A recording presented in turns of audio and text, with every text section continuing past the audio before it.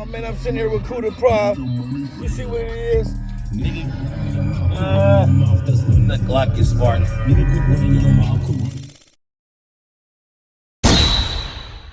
I am Kuda Prophet. You know what I'm saying? Me and Roski Doe, C-Dub, back in the day, what was that, 2004 or 5? We was Cold Gunners at first. Then we changed the name to Hoodpushers. So we was like, let's just change it to Hoodpushn Records.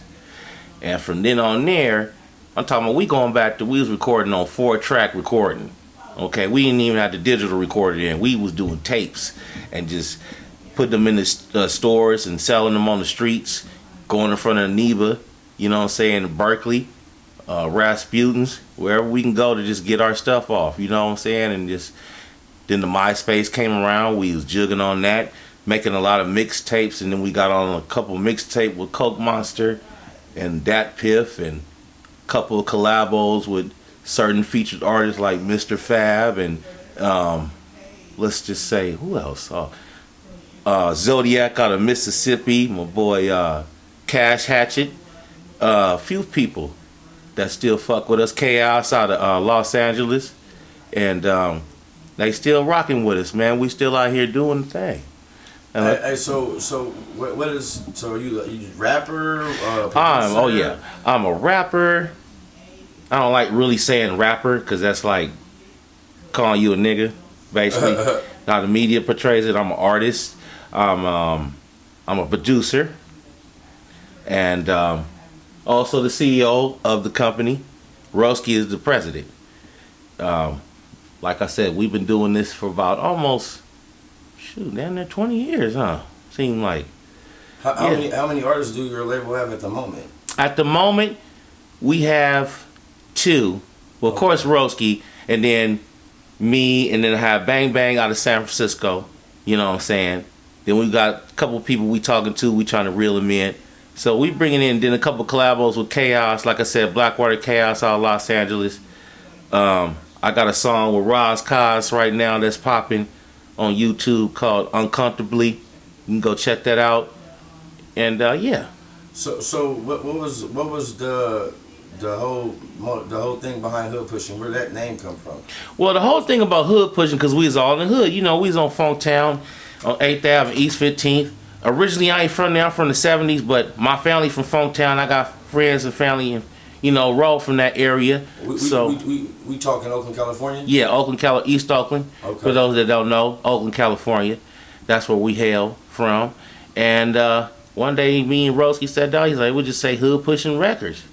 That's how it was. And then ever since then, we've been yelling out Hoodpushn Records, Keep It Lit Crew. We used to Keep It Lit Crew. Then we changed it to Keep It Lit Crew Stray Dogs, and now Stray Dogs Militia. So what genre would you say you're in? Would it be gangster rap, hip hop? What type of genre would you base it on? I would say a few genres. I would put in there, first of all, some militancy in there, conscious, gangster, party, and some just real player type stuff, hustles type music, for the streets, and I'm trying to come with a different approach, more open to different type of areas that are more receptive to that type of sound. So I'm trying to change the sound up a little bit, you know what I'm saying, so I can get with the times, you know what I'm saying. So what hip hop as a culture, how has it affected your life? Well, hip hop, man, affected my life a lot, man. I love hip hop. I love rap music. I grew up to this, you know what I'm saying. My first favorite group was Run DMC. Then came KRS-One, NWA, Too Short, the Gov. Can't forget the Gov. Shout out to the governor. You feel me?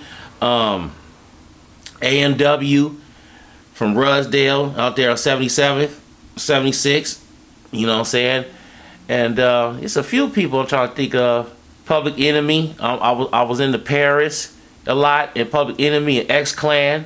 You know what I'm saying? I was really into that conscious type of rap then because that's what it was about back then. My father was a Black Panther, you know what I'm saying? So I kind of grew up within that realm of that lifestyle. It's just like Tupac, you know what I'm saying? His mother was with the Pat 21, you know what I'm saying? So I come up under this real, like, come up on that kind of cloth, this holy crest shit within this militant movement. You know what I'm saying? I'm still on that. So how does it affect your music that you was raised by Black Panthers? Oh man, tremendously, because a lot of the rappers that I liked they would sample some of the inserts from maybe Bobby Seale or Huey P. Newton, and then I see my father in the insert in Paris videos where he was in West Oakland at the Furry Park when he was like 17 years old. You feel me? So I that was really deep, because I was sitting there watching it with him, and he said, "There I am," and I was looking, and I was like, that was really my dad, and I was just really tripping on that. So I took pride in that, because my dad at that time was tired of the police brutality up in the street. He would always say that it would be a murder every Saturday night, and the police would place a gun on the person that they had killed that was of color, that was black. Okay? And they dogged the Hispanics out too. Don't get it twisted, but they did it. They was really killing brothers, and that's why they came with the Black Panther Party. And of course, the Hispanics, the Chicano movement came with the Brown Berets, and it's with the Asians and the whites, and they had the real Rainbow Coalition, not the LBGQ, but the real Rainbow Coalition, because it was all about people that was oppressed and in the struggle, that was going through something, going against what they felt at the time the government was doing unjust to the people, and we was in an unjust war at that time, just like we were this past time, just in our generation with the 9/11, and you know, just my whole thing when I rap, I try to focus, try to give you a message, and try to wake people up and open your eyes, because people are blind out here, man. They don't know what's happening, and a lot of you young cats that's out here understanding the world, you don't know the people that y'all listening to is really playing y'all, because we know they're crooked. So you know, I try to focus on that, and then I'll be wanting to be on some hypey shit, just fun shit too. You know, we done did that before with our music, you know. So we just different, man, from the rest, man. We ain't the average type of bear rapper that you probably expect, you know what I'm saying? But we just come with it, man. You know what I'm saying? That's how we doing it. Hey, how do the folks find you on the internet?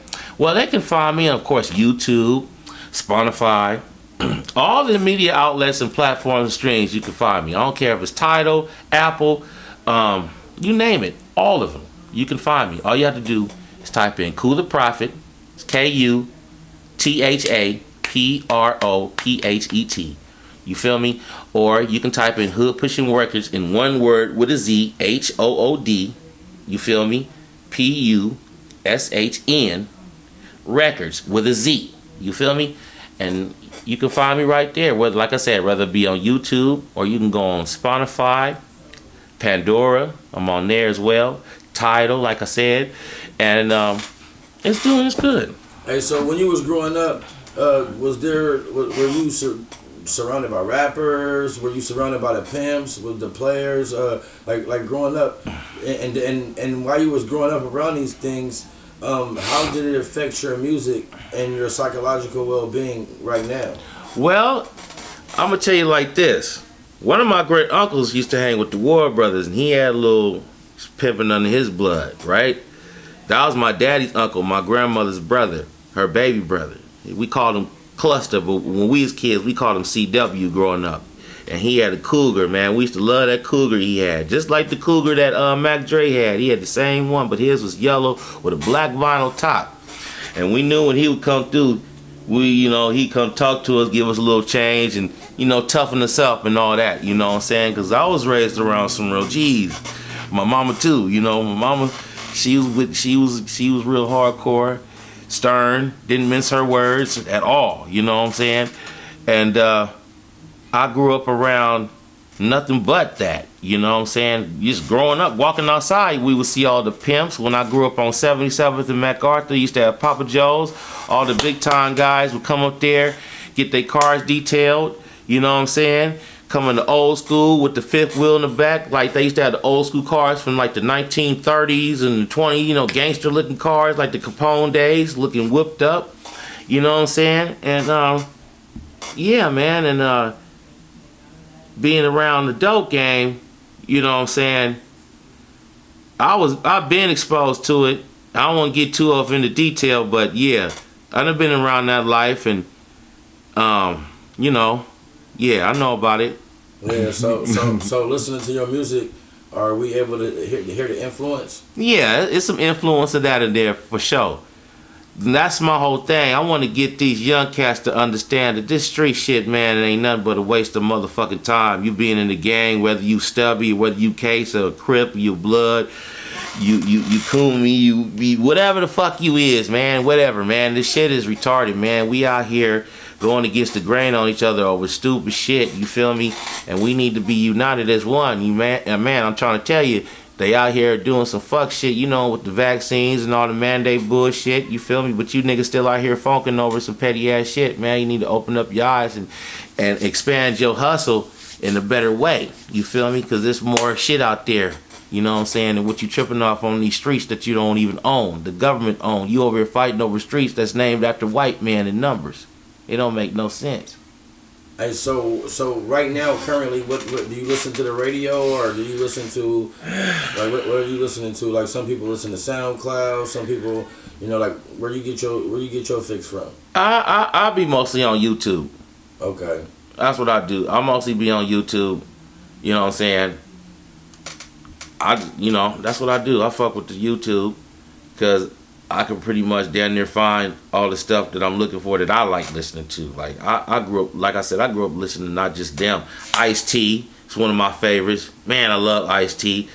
You know what I'm saying? E40 and the Click. Mac Dre and Tupac, they the ones on my list for sure, man. Them the ones that really just inspired me the most. Because one side, Mac Dre is the party hustle dude, and that's me. I hyphy all that, and then you got Tupac, that's the militant, kind dude, and the killer. You feel me? So it's like both of them cats wasn't no suckers. They were some real ass dudes, man, and that's what I liked about them. You feel me? It was like they was my spiritual older brothers, and so to speak. Same with KRS-One. You know what I'm saying? I mean, like, you listen to the music and like you was able to learn. Yeah, and okay. I understood what they were saying. I was understood in the message. So me being a youngster, a young cat, dyslexic, was really good at writing. My sister could write her soul off. My sister helped me with writing, my older sister. But me, in the situation I was, like a lot of my partners back in the day that I came up with, like I grew up with Keith the Sneak and them. I know them real well. I know their cousin E and Gregory. I grew up with them, went to school, and I would see him a lot to come see E. And they was already doing shows at H-Man. And H-Man related to my partner that just passed away, my nigga Cad, rest his soul. And you know what I'm saying? And I was able to meet them dudes, and we cool to this day. Like, so when if they see me, they know who I am, you know what I'm saying? So, hey, it's just like, that was a time era where, you know what I'm saying, niggas wasn't really on no sucker shit kind of speak. Like, it was like this. You knew who the Marks was. You knew who the Squares was. You knew who the real cats was. And you knew who the genuine people were. People had they place, you feel me? Now it's just all over the fuck. Just fuck the shit. Just disrespect any motherfucking body. People shooting people's grandmothers, mamas, kids, and just disregarding life, just saying just fuck it. Hey, so what would you say the solution is? My solution? I'm gonna be honest, I don't really have none. But what I would say is this. All I could say is y'all just keep it with God, keep it holy, man, and be united. I can't stress this enough. It's hurting the community. It's hurting your families. It's hurtful out here. It's trauma, bruh. Go get some help. Don't act funny because you want to see a therapist or whatever, thinking that ain't cool. If you want to talk to somebody that you think that will listen to you, there's people out there, and they ain't going to ridicule you. They ain't going to look down on you, because I know it's hard to talk to people in your family or your friends, and then they have this different perception about you now after you didn't, quote unquote, expose your left hand, you know what I'm saying? So people out here in these streets, they dealing with a lot of trauma, whether it be drugs, whether it be abuse, whether it be whatever, raping, something happened to somebody in their life out here. And all we need to do is be genuine to one another and look out for one another, man. Try to get some kind of resources, like some clinics where they can have some kind of place for cats to talk, because there's too much PTSD out here, you know what I'm saying? I got it myself, you know what I'm saying? I ain't really been shot like that, but I've been grazed in my foot, you feel me? But I've been shot at a few times and been in some situations. I don't want to get too off into that, but you know what I'm saying? But I didn't been through some shit in my life. But one thing I will say I experienced as a child, it's crazy, because it's like I've been around gun violence as young as my boy in that room, in 3-4 years old. I didn't heard gunshots in my house. You know, I can remember a situation where we was about to get robbed, and my mom saved us, and she popped at these dudes, and they ran like hell. Never forget that shit. That's when we stayed on 77 between MacArthur and Hillside. And that was what, 83, 84, somewhere around there. When the 80s, but when that crack came, boy, woo! Town was fucked up, man. Now we get into the thing. I was watching you sit here and make this beat, and I was wondering, man, what is your favorite thing to do? Is it rapping, or is it making the music? I ain't gonna lie, making the music. Because sometimes the music take me away. So I'll be weird, like with this shit. And I come in here, cause I'm so used to what I was accustomed to as a child. You know, jazz, whether it be Coltrane to Prince, Michael Jackson, James Brown. My grandfather loved Ray Charles and James Brown and Chuck Berry, and he was a good friend with Bobby Blue Bland. Your grandfather was friends with Bobby Blue Bland? Yep, and he knew Fats Domino. So how does that influence you? How did that make me feel real influenced, because my family, before I was born, they owned clubs and bars and shit. Even when I was like a teenager, my uncle had a couple bars in Sacramento. He had Bobby T's. Everybody used to be at Bobby T's on Stockton Boulevard. If you know about it, you know about it. You were there. You feel me? But if you don't, that was one of the poppin'est clubs. I think he had it for about 10, 15 years or some shit like that. And then my cousin Marlon, his daughter, she had the tent, and Mac Dre used to be up in there, because Mac Dre and them used to stay around the corner. You know, they was always telling me, you need to come up out here. But I didn't really, I fuck with Sac, my cousins, but not like that, because I was just too town business back then. You know what I'm saying? It was the hyphy movement, man. It was just going down. I was not trying to really go to Sac like that. Not that I wouldn't go, but I was just so much in the streets that I was just not even tripping on going to go kick it with my family like that. It wasn't like I was being funny. It was just like, Sac a minute away from the bay, you feel me? It's like, what, take an hour to get there? Hey, so have you learned how to play any instruments, or have you had any kind of music? Oh yeah. Me growing up, see, my parents had instruments in the house, guitars. Like, first time I ever seen a guitar, we used to have an acoustic guitar, and we had a little rack thing, because a lot of people in my family was musicians and shit. And they was in bands, and they been on TV and then sung some shit. And the first thing I ever played with was a guitar when I was a little boy, and harmonica. I used to have a harmonica. That was like the first two instruments I ever played with. But really getting into, like, really learning notes and stuff, it was like when I got like in high school, because I didn't get to get no music class when I was in junior high, and I was kind of mad at that, because it was always full. You know what I'm saying? So I'm like, dang, because I kind of, before we had moved from Oakland Alameda to Pleasanton, right? I was in the music class. I was learning the drums. You know, my older cousin knew how to play, and Minor, he knew how to play. So I was around drummers. So that, and people that sing a lot in my family. But when I got to high school, first thing I played was the tuba. That was crazy. But I learned the notes from the tuba, the cliff notes and all that stuff, and then I played the trumpet. But I wasn't in the school band, but I had a band class, Cause I played football and I ran track, so I wasn't on band. Even though some people on my team was in the band, but if you on varsity, you can't be on the band. You got to play in your game. So, Hey man, so man, I appreciate you having me here, man. Before I get out of here, I got a few more questions. I was kind of wondering, man, if it was a young person out here trying to get in the music industry, you know, what type of advice would you give them?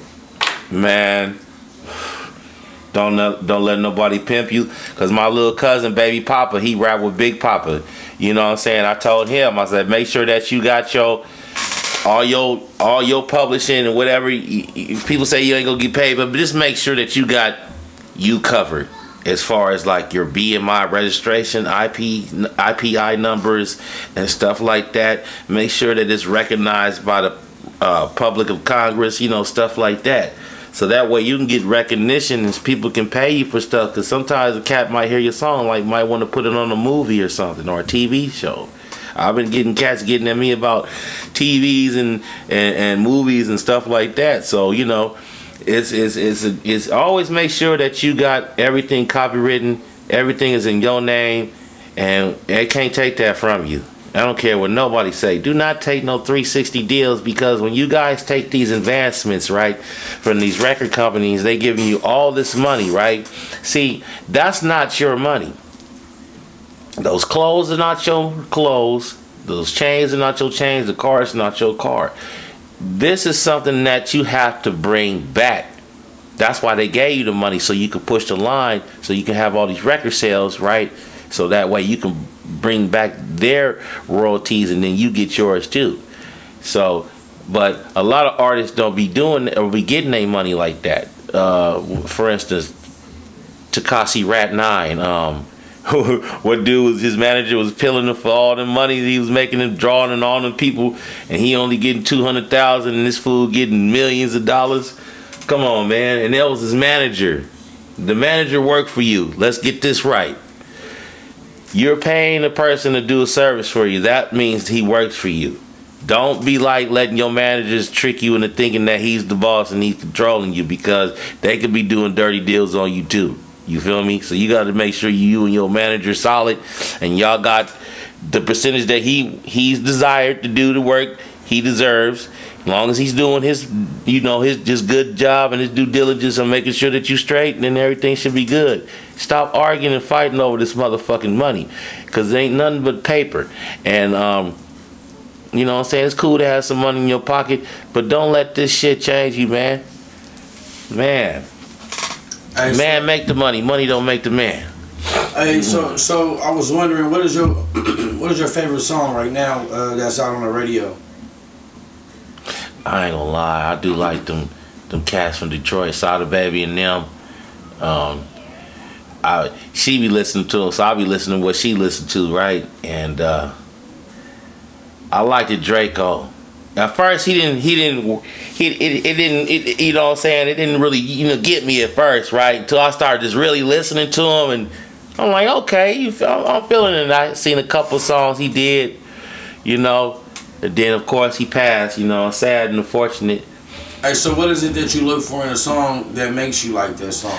Man, look, all I look for in a song, as long as it makes me feel good, where I can vibe to and chill, have me, like, if it's a bad day and I hear the song that come on and it make me feel good, when we want to spark up, go chill by the lake, you feel me?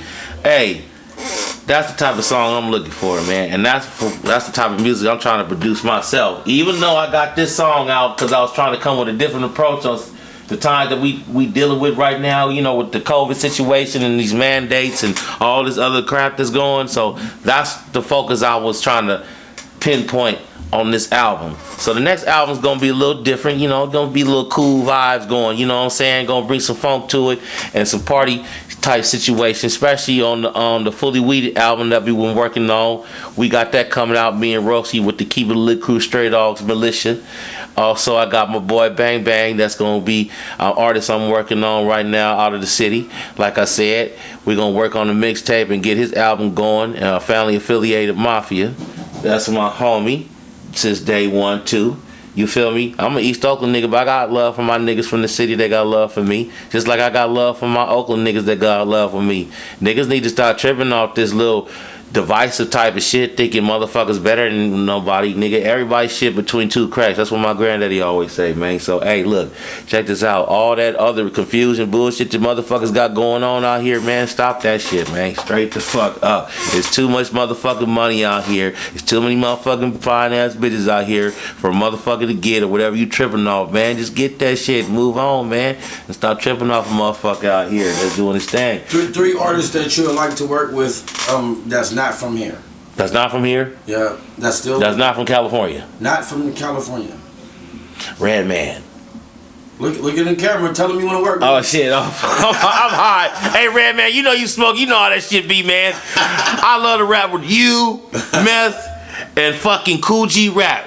That's what's up. You feel me? Don't sleep on Cool G Rap, y'all. That's another dude I grew up on. That's solid, man. He's real gangster. That's like, to me, he the real reason why them cats rap like that. The gangster persona, you know, with the Mobb Deeps, the Nas and shit. They up under his umbrella.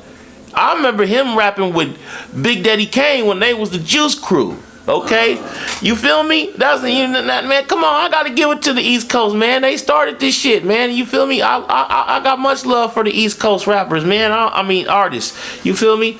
Cause you know what I'm saying. I agree with crazy ass Kanye said. Rappers like they saying nigga.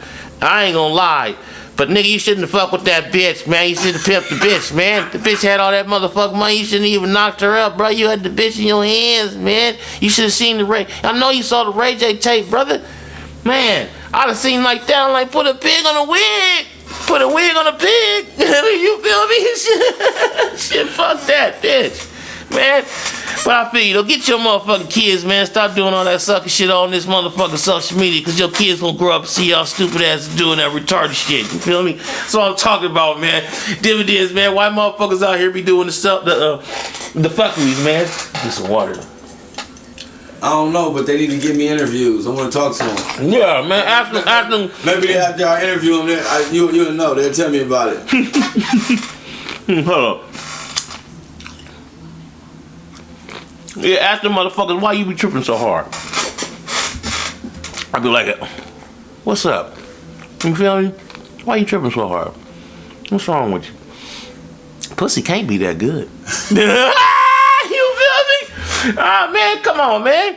A nut is a nut. Get over it. Hey, so what can we expect in the future from Hoodpushn Records, or even Kuda Pop? Man, I'm trying to expand my horizons. Do like some little comedy skits or some shit, or some cartoon movies with some rap in it, or some videos with, you know what I'm saying, like my alter egos and shit that I be having. Cause Taliban Dan is just one. You feel me? I got a couple others that I'm not gonna say, because somebody calling themselves Taliban Dan after I was pushing that 2 years single, 2 years straight. All of a sudden this year or 2020 you start saying that you that. It's cool, whatever. Just show and pay homage to the nigga that came with that. You feel me? Just like everybody that's calling themselves prophet, nigga. I was the first one with the Kuda prophet shit, man. Stop that shit. Come with your own identity, man. Come with your own ideas. Stop trying to copy out somebody else, man. I'm tired of that shit, man. Motherfuckers be trying to say, little baby this, little baby that. Nigga, make your own goddamn name. I'm serious, man, because this shit crazy, man. I don't know who. I'm confused. I don't know who you are. Where did the name Kuda Prophet come from? Well, I'm gonna tell you like this. Back in the day, I was real wild. You know what I'm saying? People thought I was crazy, so they used to call me Cuckoo, right? Or Coop. And then my cousin named Kwaku, so I took the name on my cousin name and just put Prophet, because I feel like the shit that I be saying is real, and prophets never came on no fake stuff. They always kept it solid. You feel me? So that's how I feel. I stand on 10 toes on what I feel about and what I stand on. And I don't know sucker fake shit. You ain't gonna get the clickbaiting out of me from a nigga. I'm gonna be cool with you.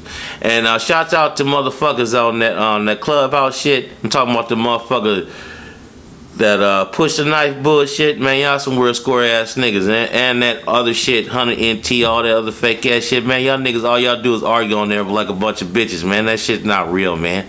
No real content in that motherfucker. That's what I'm saying. Need to be some real unified shit out here. Don't forget to support the musicblog.com, man.